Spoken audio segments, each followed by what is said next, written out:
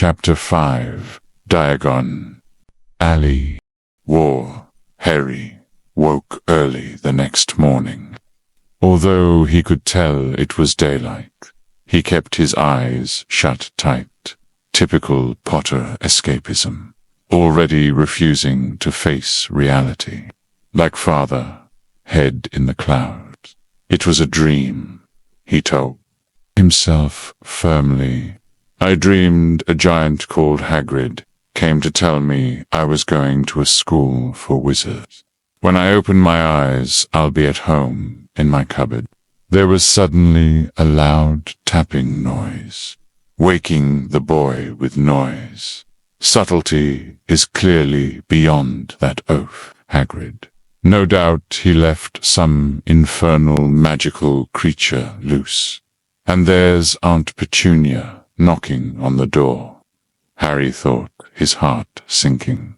But he still didn't open his eyes. It had been such a good dream. All right, Harry mumbled. I'm getting up. He sat up, and Hagrid's heavy coat fell off him. The hut was full of sunlight. The storm was over. Hagrid himself was asleep on the collapsed sofa, and there was an owl rapping its claw on the window. A newspaper held in its beak. Asleep on duty. Charming, and trusting a child to handle a delivery owl. Competence personified. Harry scrambled to his feet. So happy he felt, as though a large balloon was swelling inside him. He went straight to the window and jerked it open. The owl swooped in and dropped the newspaper on top of Hagrid, who didn't wake up. The owl then fluttered onto the floor and began to attack Hagrid's coat. Don't do that. Harry tried to wave the owl out of the way, but it snapped its beak fiercely at him and carried on savaging the coat. Hagrid, said Harry loudly. There's an owl. Pay him. Hagrid grunted into the sofa. What he wants. Pay him fur. Deliver in the paper. Look in the pockets. Hagrid's coat seemed to be made of nothing. Pockets. Bunches of keys. Slug pellets. Balls of string. Peppermint humbugs. Tea bags. Finally, Harry pulled out a handful of strange-looking coins, fumbling through a half-giant's pockets for nuts. How utterly demeaning. The boy looks like a street urchin scavenging. Give him 5 nuts, said Hagrid, sleepily. Nuts. The little bronze ones. Harry counted out 5 little bronze coins, and the owl held out his leg so Harry could put the money into a small leather pouch tied to it. Then he flew off through the open window. Hagrid yawned loudly, sat up, and stretched. Best be off, Harry. Lots to do today. Gotta get up to London and buy all your stuff for school. Harry was turning over the wizard coins and looking at them. He had just thought of something that made him feel as though the happy balloon inside him had got a puncture. Hagrid. I haven't got any money, and you heard Uncle Vernon last night. He won't pay for me to go and learn magic. The first sting of reality puncturing his undeserved euphoria. Delicious, though the thought of those muggles withholding even that. Predictable. Don't worry about that, said Hagrid, standing up and scratching his head. Dare think your parents didn't leave anything.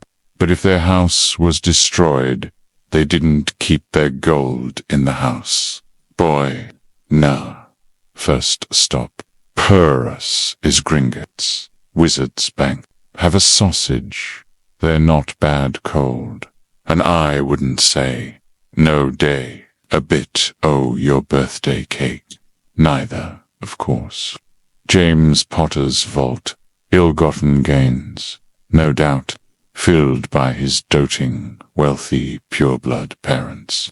The boy will be insufferable. With wealth, wizards have banks. Just the one, Gringotts, run by goblins. Harry dropped the bit of sausage he was holding. Goblins.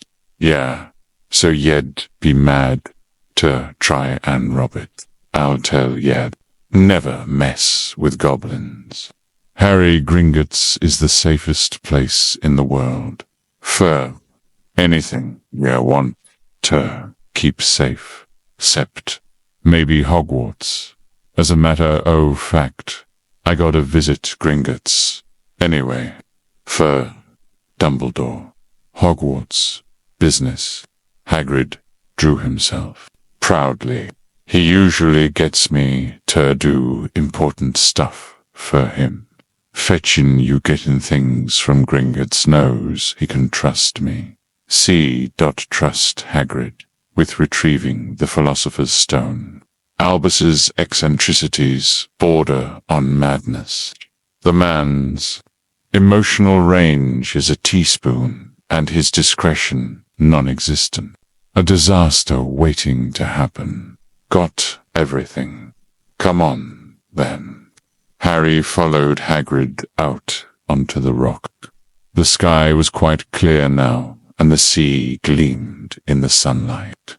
The boat Uncle Vernon had hired was still there, with a lot of water in the bottom after the storm. How did you get here? Harry asked, looking around for another boat. Flew, said Hagrid. Flew. Yeah, but we'll go back in this. Not supposed to's. Use magic, now I've got, yeah. They settled down in the boat, Harry still staring at Hagrid, trying to imagine him flying.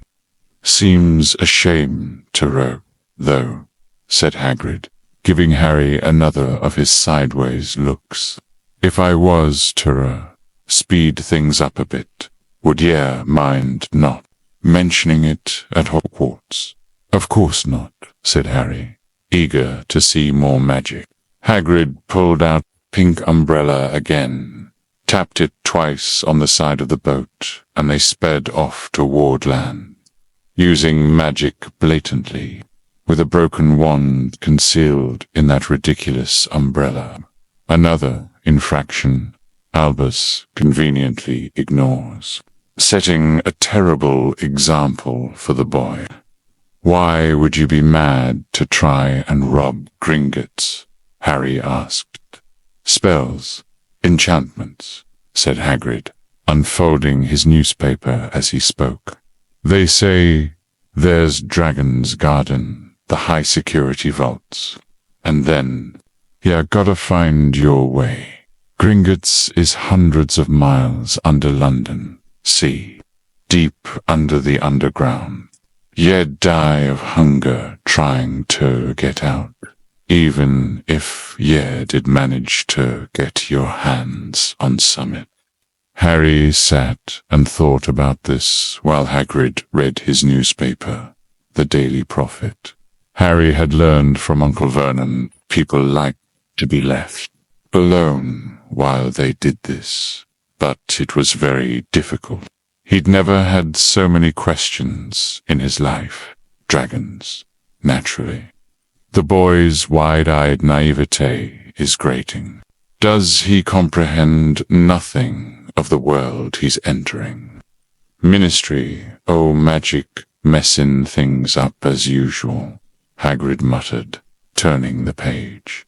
There's a ministry of magic, Harry asked, before he could stop himself. Course, said Hagrid.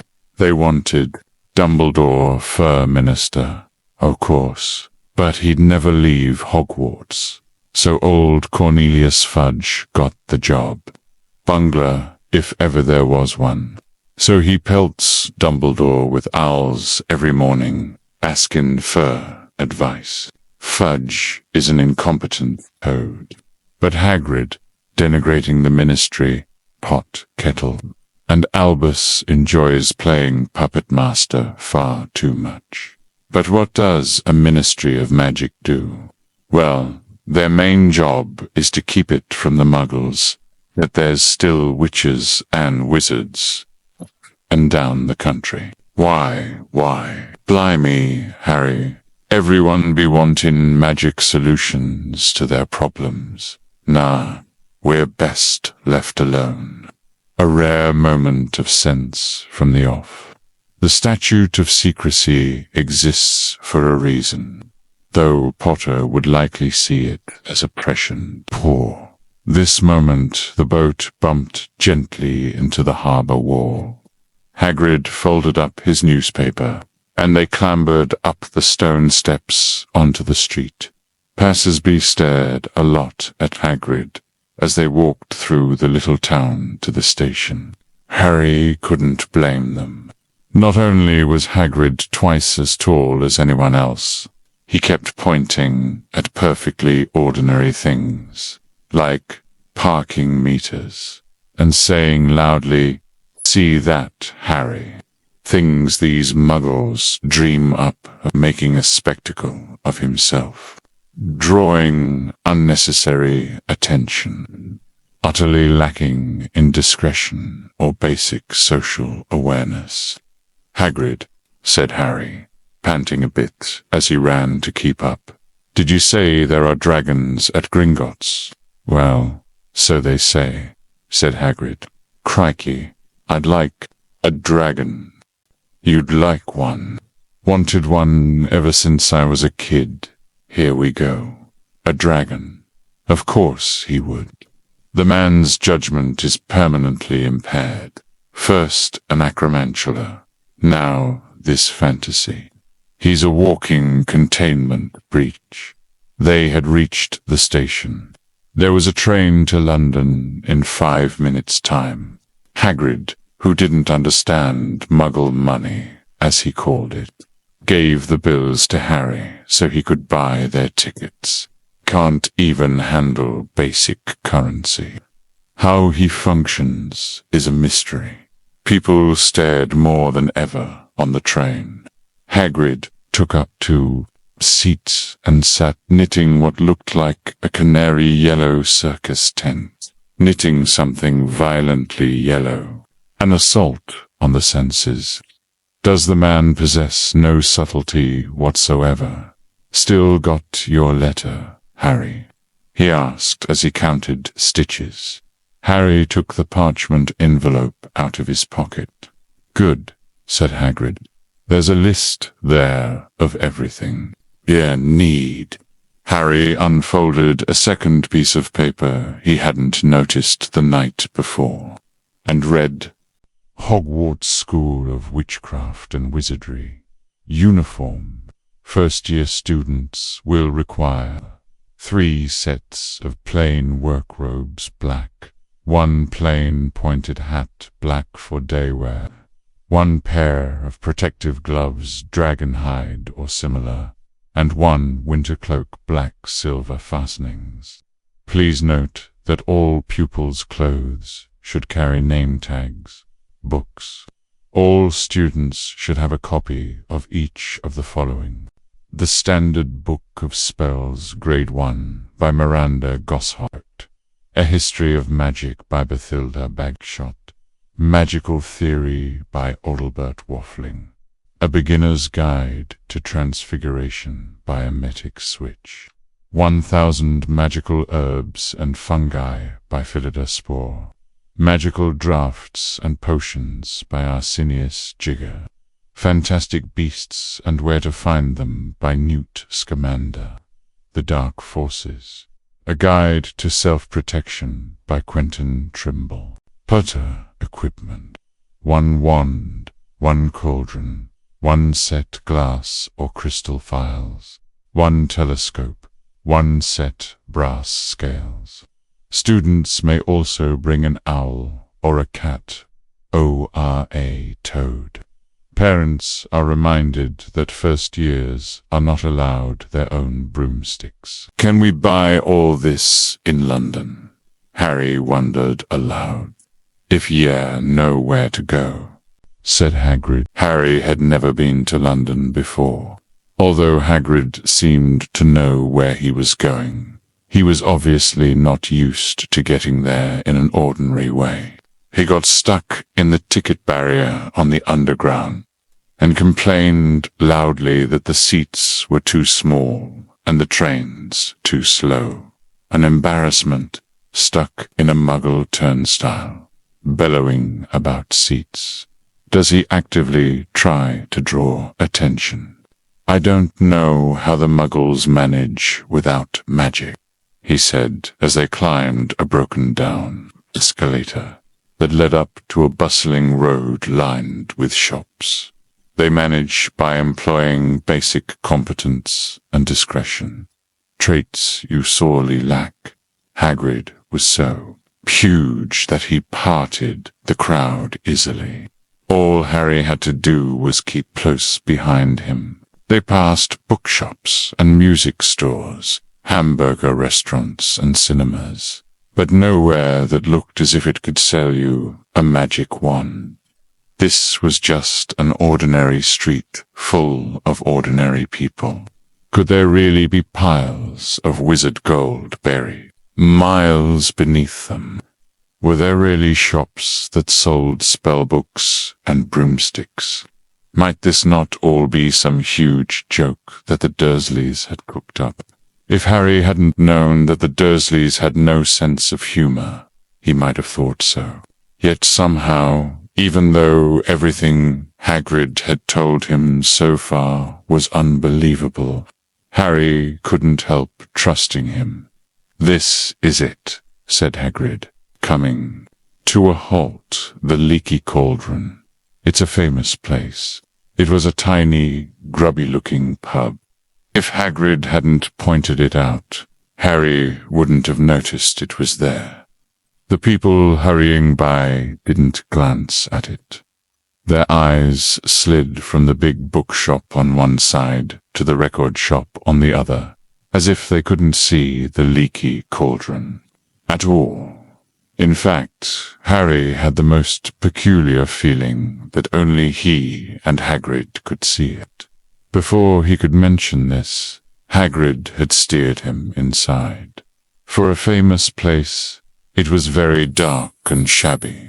A few old women were sitting in a corner, drinking tiny glasses of sherry. One of them was smoking a long pipe. A little man in a top hat was talking to the old bartender, who was quite bald and looked like a toothless walnut. The low buzz of chatter stopped when they walked in. Everyone seemed to know Hagrid. They waved and smiled at him, and the bartender reached for a glass, saying, "The usual, Hagrid." "Can't, Tom.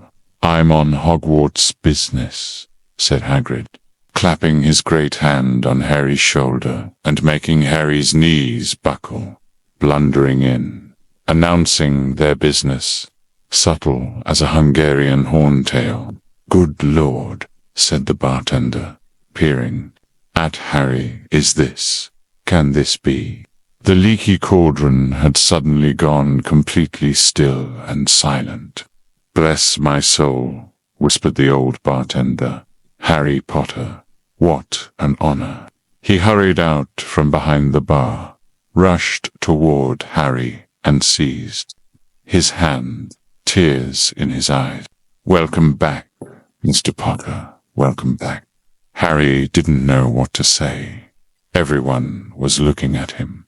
The old woman with the pipe was puffing on it without realizing it had gone out.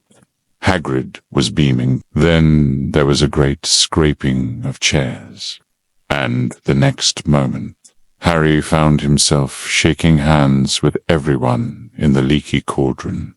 "Doris Crockford, Mr. Potter.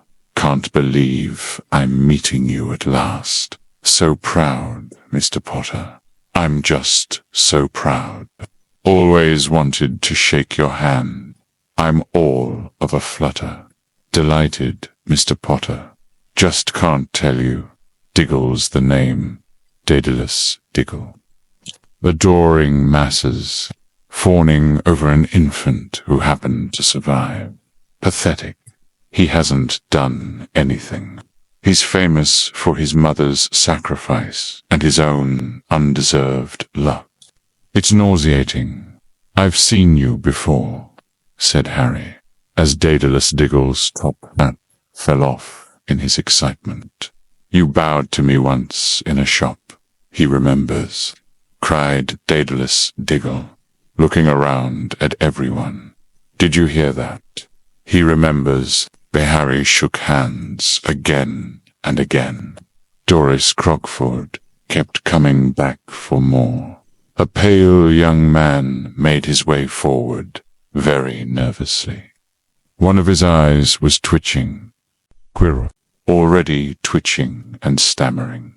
The man's a walking nervous breakdown.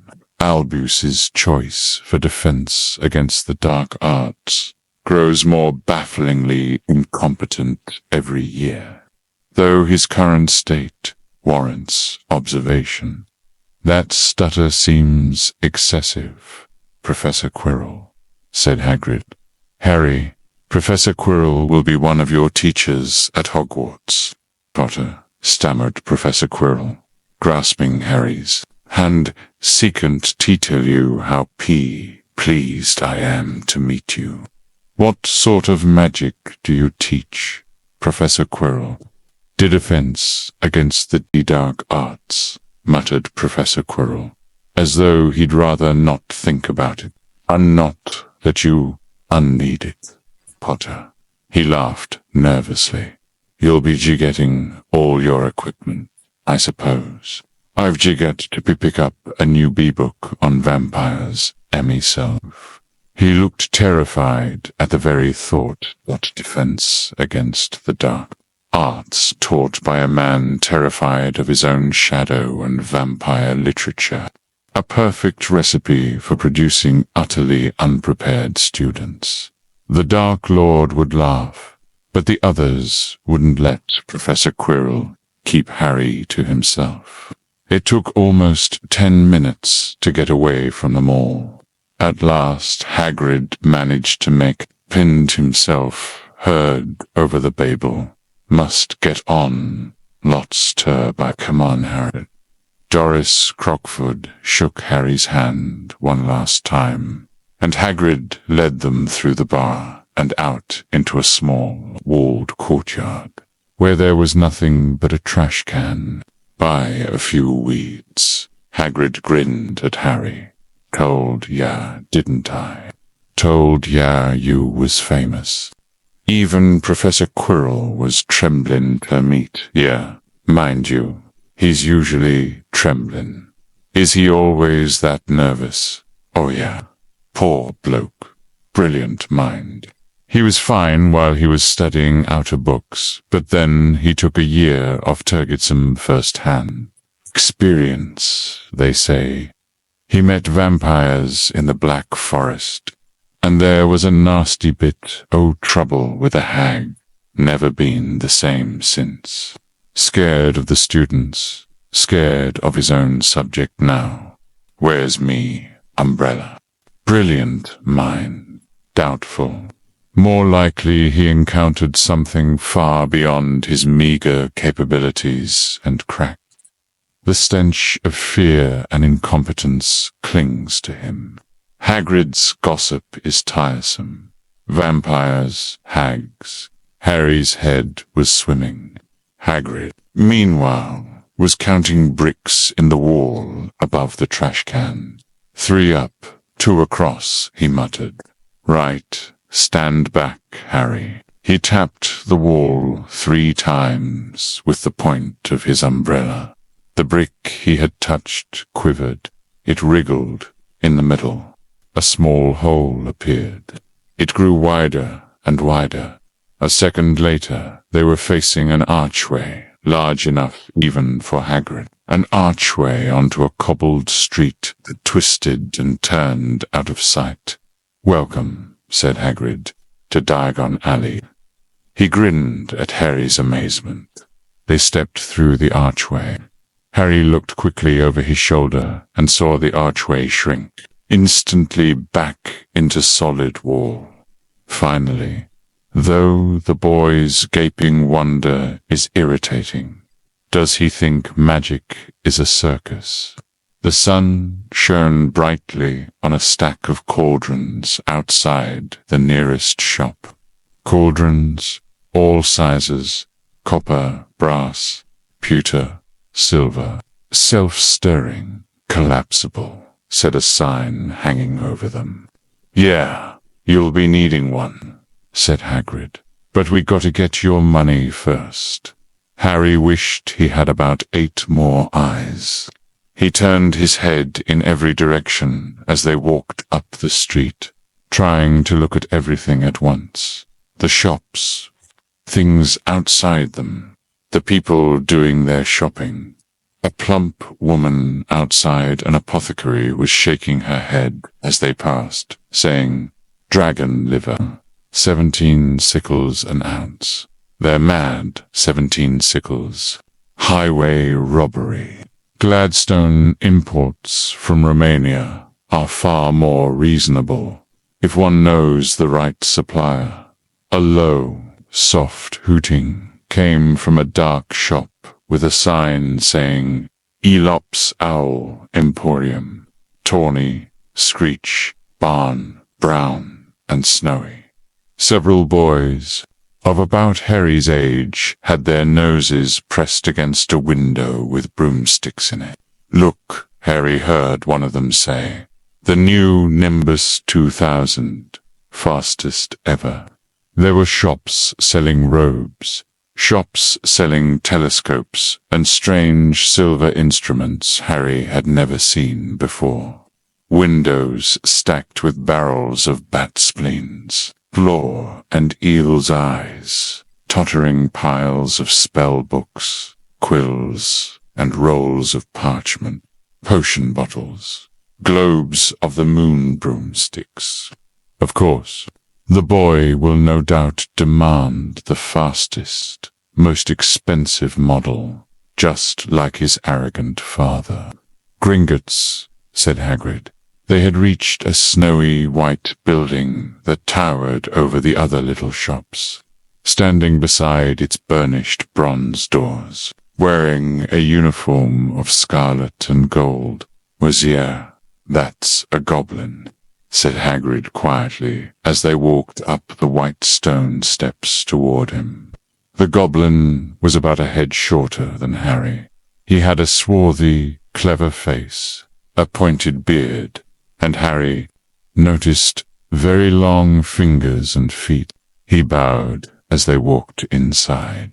Now they were facing a second pair of doors, silver this time, with words engraved upon them, "Enter, stranger, but take heed of what awaits the sin of greed. For those who take but do not earn must pay most dearly in their turn.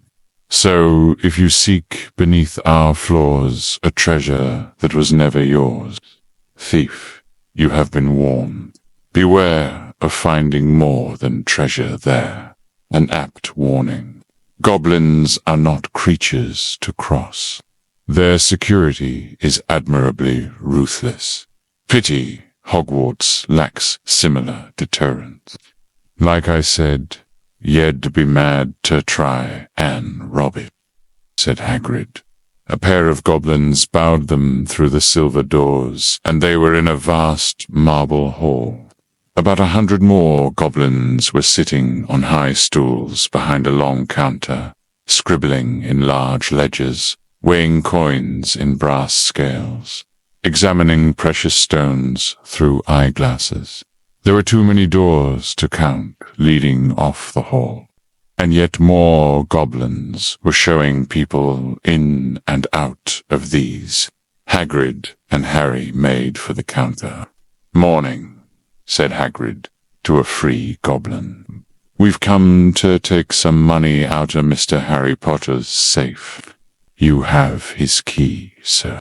"Got it here somewhere," said Hagrid, and he started emptying his pockets onto the counter. scattering a handful of mouldy dog biscuits over the goblin's book of numbers. The goblin wrinkled his nose. Harry watched the goblin on their right weighing. Pile of rubies as big as glowing coals. Disgusting.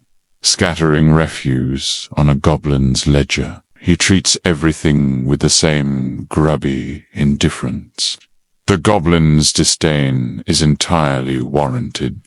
Got it, said Hagrid at last, holding up a tiny golden key. The goblin looked at it closely. That seems to be in order. And I've also got a letter here from Professor Dumbledore, said Hagrid importantly, throwing out his chest. It's about the you-know-what in Vault 713, blurting out confidential Hogwarts business in the middle of Gringotts. Idiot. Does he have any concept of operational security? That stone is a beacon for every dark wizard in Europe, and he announces its vault number like he's ordering lunch. Goblin read the letter carefully.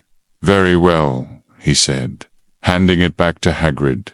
I will have someone take you down to both vaults. Griphook. Griphook was yet another goblin. Once Hagrid had crammed all the dog biscuits back inside his pockets. He and Harry followed Griphook toward one of the doors leading off the hall. What's the you-know-what in Vault 713? Harry asked. Can't tell ye that, said Hagrid mysteriously. Very secret Hogwarts business. Dumbledore's trusted me. More'n my job's worth. To tell ye that. Too late for secrecy. You lumbering imbecile. You just announced it to the entire hall. Albus trusts him. It's a wonder the entire wizarding world doesn't know about the stone by now. Griphook held the door open for them. Harry, who had expected more marble, was surprised. They were in a narrow stone passageway lit with flaming torches. It sloped steeply downward, and there were little railway tracks on the floor. Griphook whistled, and a small cart came hurtling up the tracks toward them. They climbed in, Hagrid, with some difficulty, and were off. At first they just hurtled through a maze of twisting passages. Harry tried to remember left, right, left, middle fork, right, left, but it was impossible. The rattling cart seemed to know its own way, because Griphook wasn't steering. Harry's eyes stung as the cold air rushed past them, but he kept them wide open. Once, he thought he saw a burst of fire at the end of a passage, and twisted around to see if it was a dragon. But too late. They plunged even deeper, passing an underground lake where huge stalactites and stalagmites grew from the ceiling and clawed dragons.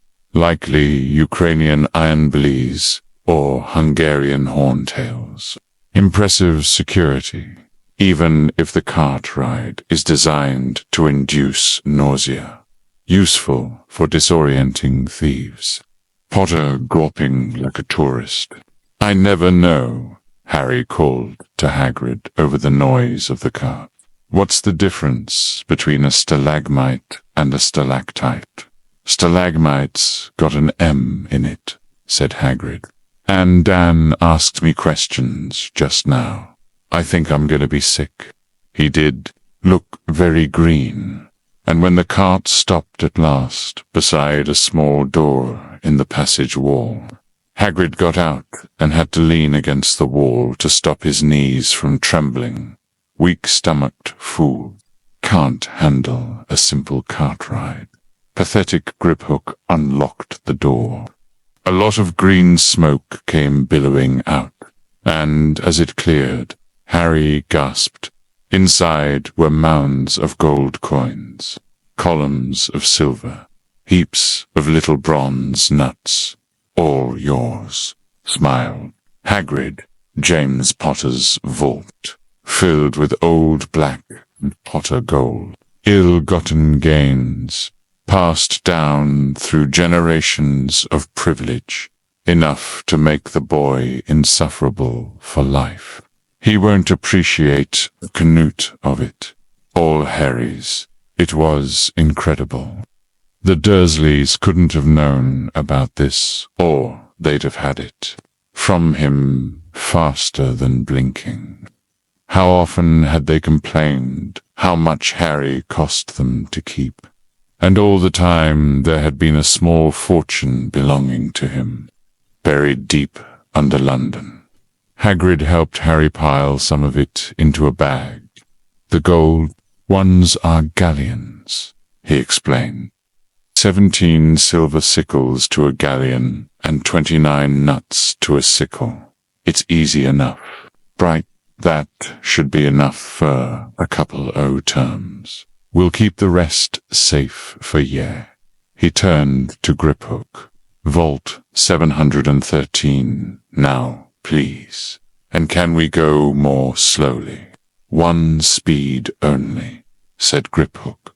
They were going even deeper now and gathering speed. The air became colder and colder as they hurtled round tight corners. They went rattling over an underground ravine, and Harry leaned over the side to try to see what was down at the dark bottom. But Hagrid groaned and pulled him back by the scruff of his neck. Idiot boy. Nearly falls out. James's arrogance combined. Lily's, no, best not to think of her here. The stone. Focus on the task. Albus's confidence in Hagrid is reckless. Vault 713 had no keyhole. Stand back, said Griphook importantly. He stroked the door gently with one of his long fingers, and it simply melted away. If anyone but a Gringotts goblin tried that, they'd be sucked through the door and trapped in there, said Griphook. How often do you check to see if anyone's inside? Harry asked. About once every 10 years, said Griphook with a rather nasty grin. Efficient and brutal. Appropriate security for such a target, though once every 10 years suggests a certain finality to being trapped. Good. Something really extraordinary had to be inside this top security vault, Harry was sure, and he leaned forward eagerly, expecting to see fabulous jewels at the very least, but at first he thought it was empty. Then he noticed a grubby little package wrapped up in brown paper lying on the floor. Hagrid picked it up and tucked it deep inside his coat. Harry longed to know what it was, but knew better than to ask. The Philosopher's Stone, reduced to a grubby parcel, hidden in the coat of the least subtle wizard in Britain. Albus's theatrics are absurd. A heavily warded display case would be more sensible. But no, he prefers dramatic irony and reliance on fools. Come on back in this infernal cart, and don't talk to me on the way back. It's best if I keep me mouth shut, said Hagrid. Wise advice. For once, one wild cart ride later, they stood blinking in the sunlight outside Gringotts. Harry didn't know where to run first, now that he had a bag full of money. He didn't have to know how many galleons there were to a pound to know that he was holding more money than he'd had in his whole life, more money than even Dudley had ever had, spoiled before he even steps foot in Hogwarts. Just like his father. Might as well get your uniform, said Hagrid, nodding toward Madame Markin's robes for all occasions. Listen, Harry, would mind if I slipped off a pick-me-up in the Leaky Cauldron? I hate them Gringotts carts. He did still look a bit sick, so Harry entered Madame Markin's shop alone, feeling nervous, abandoning the child already. Typical. Needs fortifying after a cart ride. Pathetic. Madame Markin was a squat, smiling, which dressed all in mauve. Hogwarts, dear, she said, when Harry started to speak. Got the lot here. Another young man being fitted up just now. In fact, in the back of the shop, a boy with a pale, pointed face was standing on a footstool, while a second, which pinned up his long black robes. Madame Markin stood Harry on a stool next to him, slipped a long robe over his head, and began to pin it to the right length. Ah, Lucius Malfoy's son. Draco, good posture, intelligent eyes, already carries himself with the appropriate bearing. A marked contrast to the scruffy Potter boy. Hello, said the boy Hogwarts too. Yes, said Harry. My father's next door buying my books and mother's up the street looking at wands, said the boy. He had a bored, drawling voice. Then I'm going to drag them off to look at racing brooms. I don't see why first years can't have their own. Think. I'll bully father into getting me one, and I'll smuggle it in somehow. Slytherin ambition already good, knows his worth, understands influence. The broomstick rule is archaic. Harry was strongly reminded of Dudley. Have you got your own broom? The boy went on. No, said Harry. Play Quidditch at all? No, Harry said, again, wondering what on earth Quidditch could be.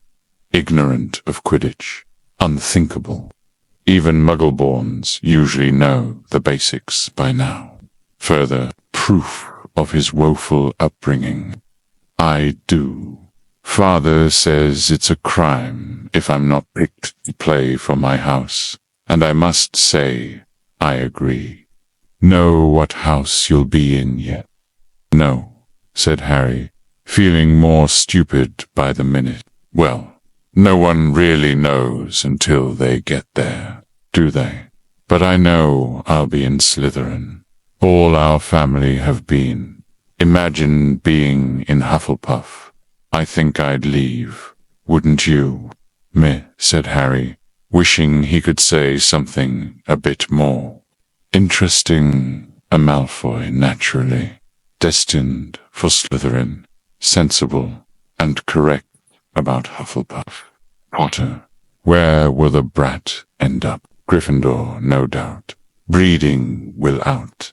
I say, look at that man, said the boy suddenly, nodding toward the front window. Hagrid was standing there, grinning at Harry, and pointing at two large ice creams to show he couldn't come in.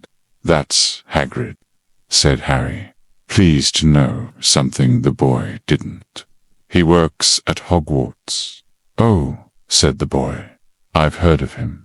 He's a sort of servant, isn't he? He's the gamekeeper, said Harry. He was liking the boy less and less every second. Yes, exactly. I heard he's a sort of savage. Lives in a hut on the school grounds, and every now and then he gets drunk, tries to do magic, and ends up setting fire to his bed. Accurate assessment. The boy is perceptive. Hagrid is a liability. I think he's brilliant, said Harry coldly. Do you? Said the boy with a slight sneer. Why is he with you? Where are your parents? They're dead, said Harry shortly. He didn't feel much like going into the matter with this boy. Oh, sorry, said the other, not sounding sorry at all. But they were our kind. weren't they? They were a witch and wizard, if that's what you mean. I really don't think they should let the other sort in, do you? They're just not the same. They've never been brought up to know our ways. Some of them have never even heard of Hogwarts until they get the letter. Imagine. I think they should keep it in the old wizarding families. What's your surname, anyway? Eloquent, articulates the pure blood perspective clearly. A refreshing change from the usual muddled egalitarianism Albus promotes. Potter's defensiveness is telling. But before Harry could answer, Madame Markin said, "That's you done, my dear." And Harry, not sorry for an excuse to stop talking to the boy, hopped down from the footstool. "Well, I'll see you at Hogwarts, I suppose," said the drawling boy. Potter scurries away, unable to defend his position or his background. Weak Harry was rather quiet as he ate the ice cream. Hagrid had bought him chocolate and raspberry with chopped nuts. "What's up?" said Hagrid. "Nothing," Harry lied. They stopped to buy parchment and quills. Harry cheered up a bit when he found a bottle of ink that changed color as you wrote. When they had left the shop, he said, "Hagrid, what's Quidditch?" "Blimey, Harry, I keep forgetting how little you know, not knowing about Quidditch. Don't make me feel worse," said Harry. He told Hagrid about the pale boy in Madame Markin's, and he said people from Muggle families shouldn't even be allowed in. "You're not from a Muggle family. If he'd known who ye were, he's grown up knowing your name if his parents are wizarding folk. You saw what everyone in the Leaky Cauldron was like when they saw ye. Anyway, what does he know about it? The best I ever saw were the only ones with magic in M, in a long line, Muggles. Look at your mum. Look what she had for a sister. Hagrid, the champion of misplaced sentimentality. Yes, Lily was. Powerful, an exception. But for every Lily Evans, there are a dozen Longbottoms, or worse, cluttering up the halls, dragging standards down. Potter Senior was pure blood, still an arrogant fool. The Malfoy boys' point stands. So what is Quidditch? It's our sport, wizard sport. It's like soccer in the Muggle world. Everyone follows Quidditch, played up in the air on broomsticks. And there's 4 balls. Sorter, Harter, explain the rules. And what are Slytherin and Hufflepuff? Schoolhouses. There's 4. Everyone says Hufflepuff are a lot o' duffers, but I bet I'm in Hufflepuff, said Harry gloomily. Better Hufflepuff than Slytherin, said Hagrid darkly. There's not a single witch or wizard who went bad who wasn't in Slytherin. You know who was one. Prejudice. Ignorant, sweeping prejudice. Typical Gryffindor simplification. Slytherin produces ambition, cunning, resourcefulness, essential traits. Not every dark wizard was Slytherin, and not every Slytherin is dark. But the oaf wouldn't understand nuance if it bit him, and dragging the Dark Lord into it. Reckless. Volume. Sorry, you-know-who was at Hogwarts years and years ago, said Hagrid. Decades ago. Ancient history. Used to scare children and justify bigotry. They bought Harry's school books in a shop called Flourish and Blots, where the shelves were stacked to the ceiling with books as large as paving stones bound in leather.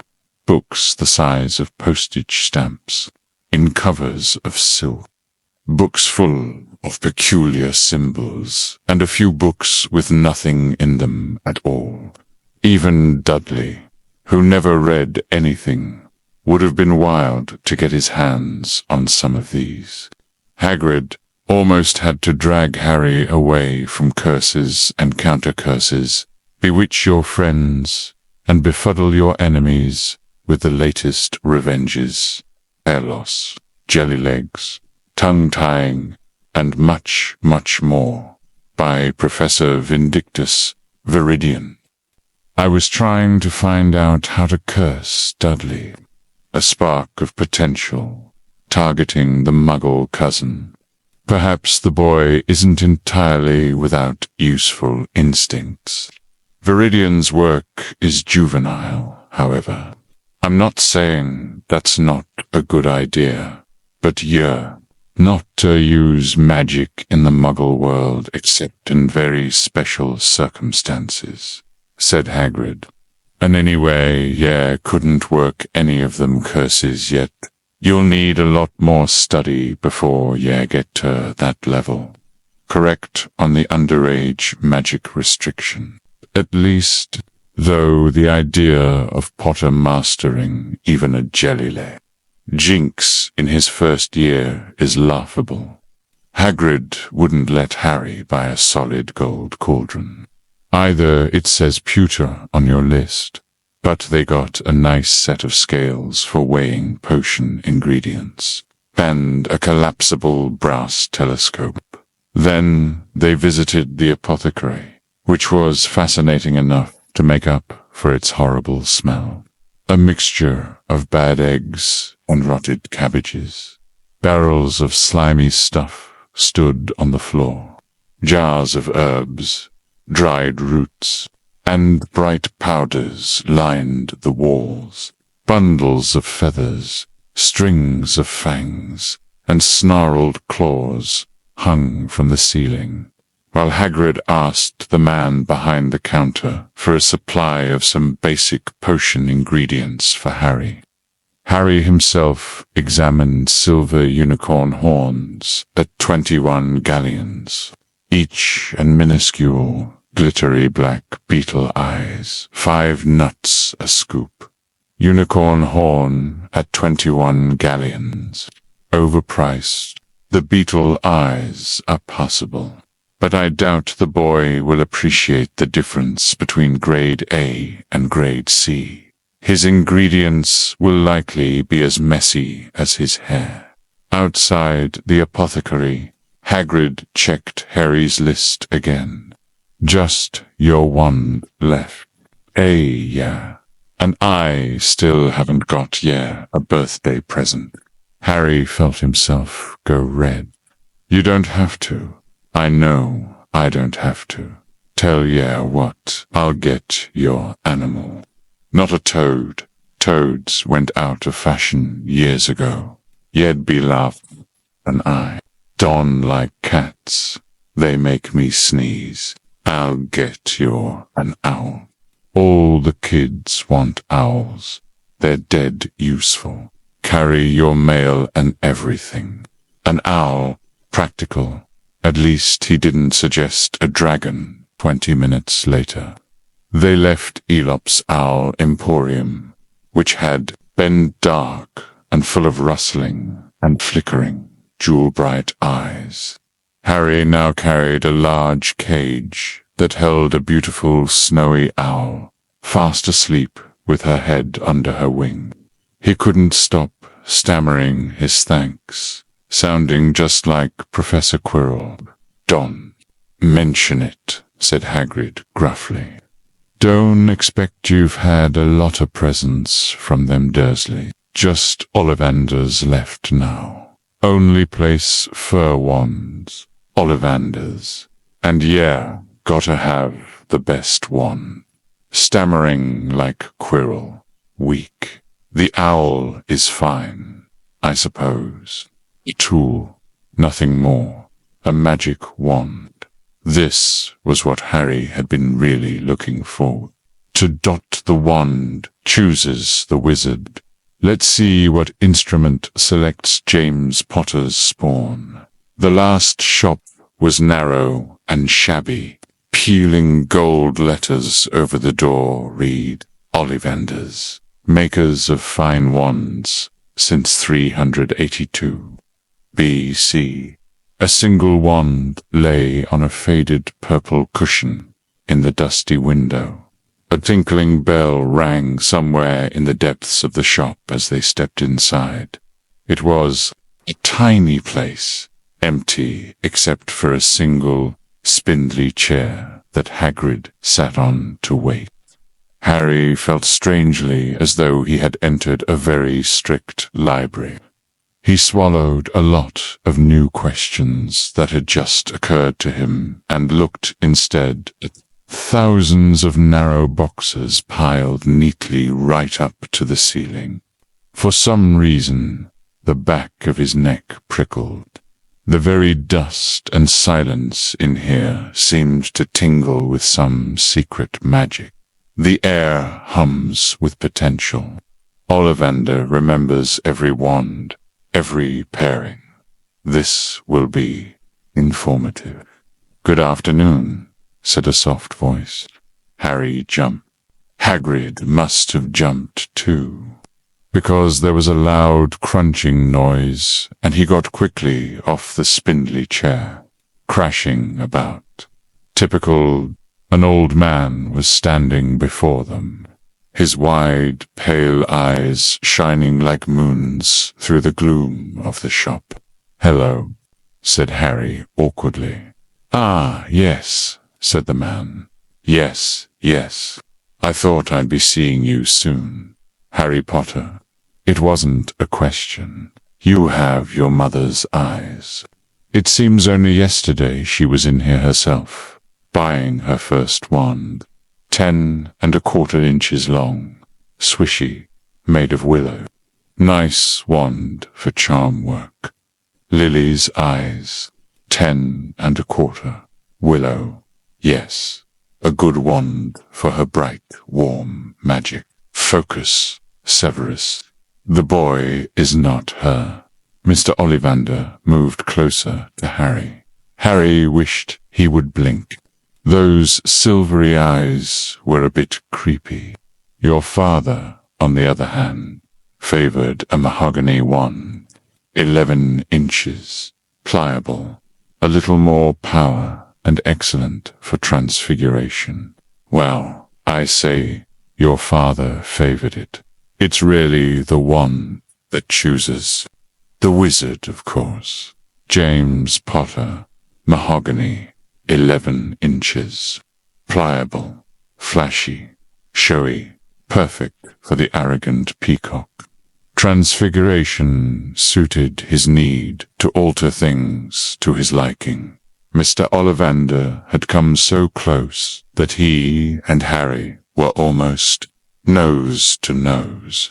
Harry could see himself reflected in those misty eyes. And that's where Mr. Ollivander touched the lightning scar on Harry's forehead with a long, white finger. Don't touch him. The mark of his defeat and her death. I'm sorry to say, I saw. The one did it, he said softly. 13½ inches. You powerful one. Very powerful. And in the wrong hands. Well, if I'd known what that wand was going out into the world to do, he shook his head. And then, to Harry's relief, spotted Hagrid. Rubeus, Hagrid. How nice to see you again, Oak. 16 inches. Rather bendy, wasn't it? It was, sir. Yes, said Hagrid. Good wand, that one. But I suppose they snapped it in half when you got expelled, said Mr. Ollivander, suddenly stern.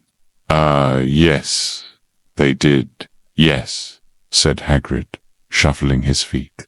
I've still got the pieces, though, he added brightly. But you don't use them, said Mr. Ollivander sharply. Oh, no, sir, said Hagrid quickly. Harry noticed he gripped his pink umbrella very tightly as he spoke. Liar, using the pieces concealed in that absurd brawly. Ollivander knows. Everyone with half a brain knows. Albus lets him flout the law. Said Mr. Ollivander, giving Hagrid piercing look. Well, now, Mr. Potter, let me see. He pulled a long tape measure with silver markings out of his pocket. Which is your wand arm? Well, I'm right-handed, said Harry. Hold out your arm. That's it. He measured Harry from shoulder to finger, then wrist to elbow, shoulder to floor, knee to armpit, and round his head. As he measured, he said, every Ollivander wand has a core of a powerful magical substance.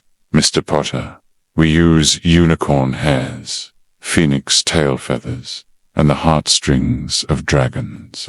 No two Ollivander wands are the same, just as no two unicorns, dragons, or phoenixes are quite the same. And of course, you will never get such good results with another wizard's wand. Harry suddenly realized that the tape measure, which was measuring between his nostrils, was doing this on its own. Mr. Ollivander was flitting around the shelves, taking down boxes. That will do, he said, and the tape measure crumpled into a heap on the floor. Right then, Mr. Potter, try this one. Beechwood and dragon heartstring. 9 inches. Nice and flexible. Just take it and give it a wave.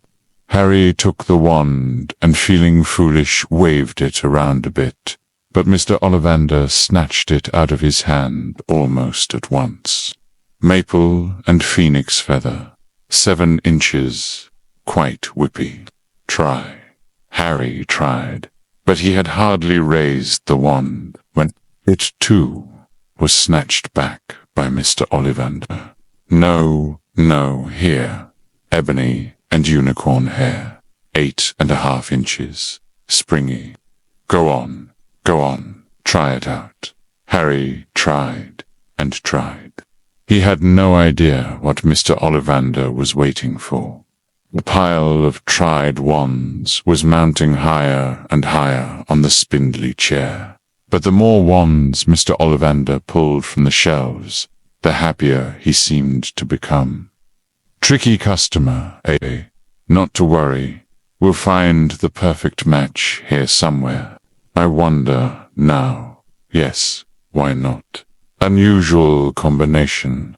Holly and phoenix feather. 11 inches. Nice and supple. Holly. Interesting. Rare. Symbolic of protection. Overcoming anger. Phoenix feather. Powerful. Independent. 11 inches.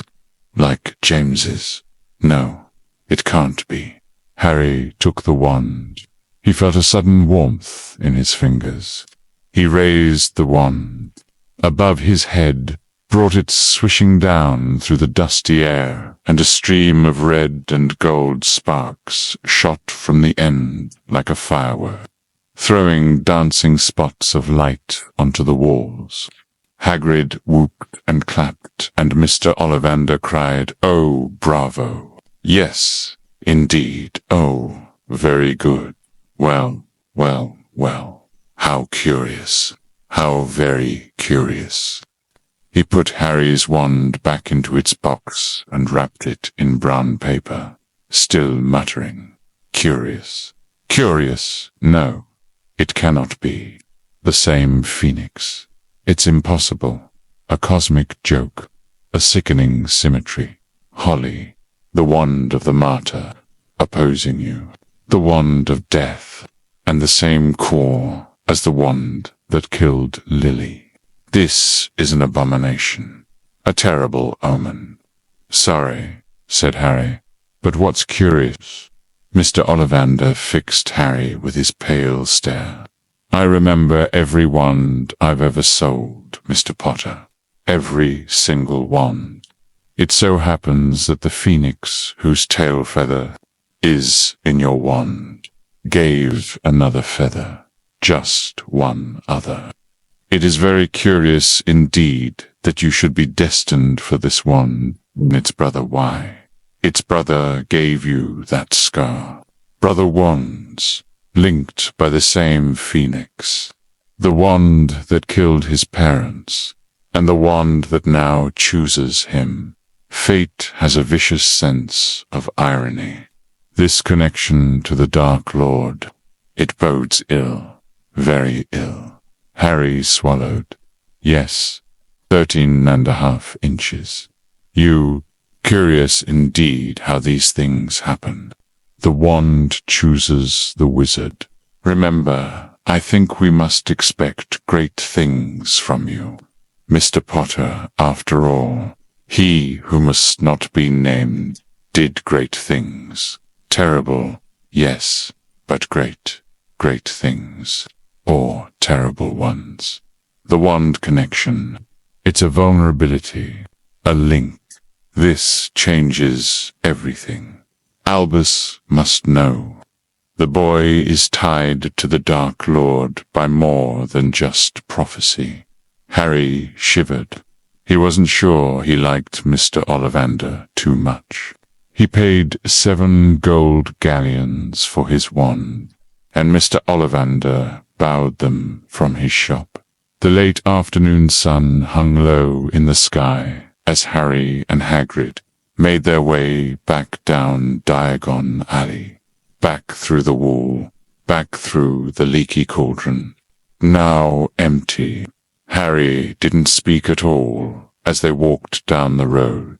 He didn't even notice how much people were gawking at them on the underground, laden as they were with all their funny-shaped packages, with the snowy owl asleep in its cage on Harry's lap, up another escalator, out into Paddington Station. Harry only realized where they were when Hagrid tapped him on the shoulder. "Got time for a bite to eat before your train leaves," he said. He bought Harry a hamburger, and they sat down on plastic, poor seats to eat them. Harry kept looking around. Everything looked so strange. "Somehow, you all right, Harry."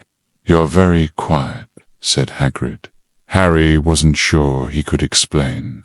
He'd just had the best birthday of his life, and yet he chewed his hamburger, trying to find the words. "Everyone thinks I'm special," he said at last.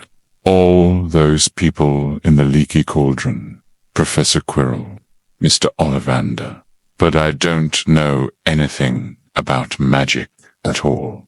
How can they expect great things? I'm famous, and I can't even remember what I'm famous for. I don't know what happened when I mean the night my parents died." Finally, a flicker of self-awareness. The crushing weight of undeserved expectation. Good. Let him feel it. Let him squirm under the burden of a fame he didn't earn. For an event he can't remember. Born of a sacrifice he doesn't understand. He is special only because Lily died. Because I failed. Let him choke on that. Hagrid leaned across the table. Behind the wild beard and eyebrows, he wore a very kind smile. "Don't you worry, Harry. You'll learn fast enough.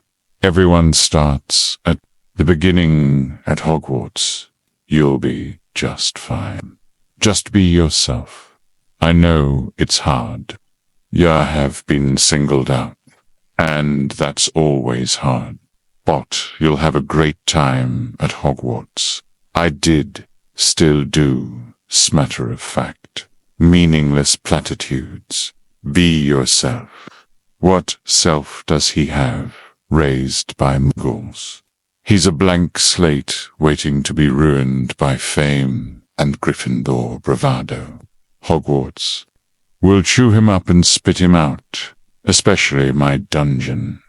Hagrid helped Harry onto the train that would take him back to the Dursleys, then handed him an envelope.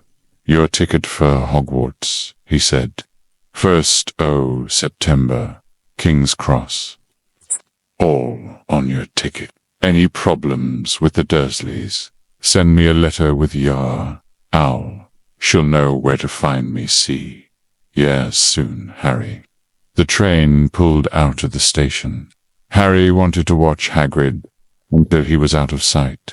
He rose in his seat and pressed his nose against the window, but he blinked and Hagrid gone. Good. The boy is finally out of my sight. For now, September approaches, and with it, the insufferable James Potter reborn, wielding a wand linked to the Dark Lords, carrying the weight of the world on his shoulders. Let's see how long his fame protects him in my classroom. Not long.